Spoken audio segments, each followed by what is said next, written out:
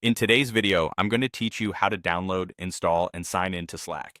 By the end, you'll have Slack up and running on your computer and be ready to start collaborating.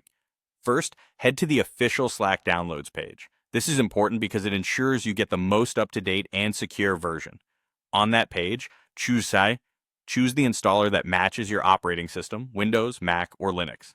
If you're on a Mac, check whether your computer uses Apple Silicon or Intel so you pick the correct build. On Linux, you'll see options like DB, RPM, or others, so select the one that fits your distribution. A stable internet connection helps the download complete smoothly. Next, click Download and let the file save to your computer.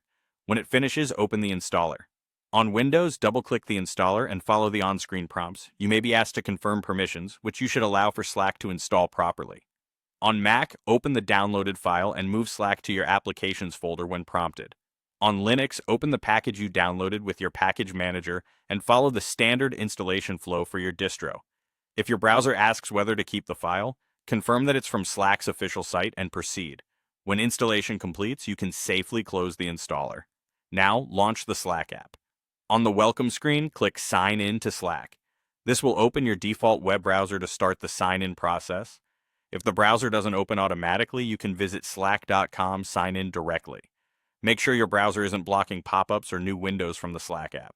To complete sign-in, enter your email address and select Sign in with email.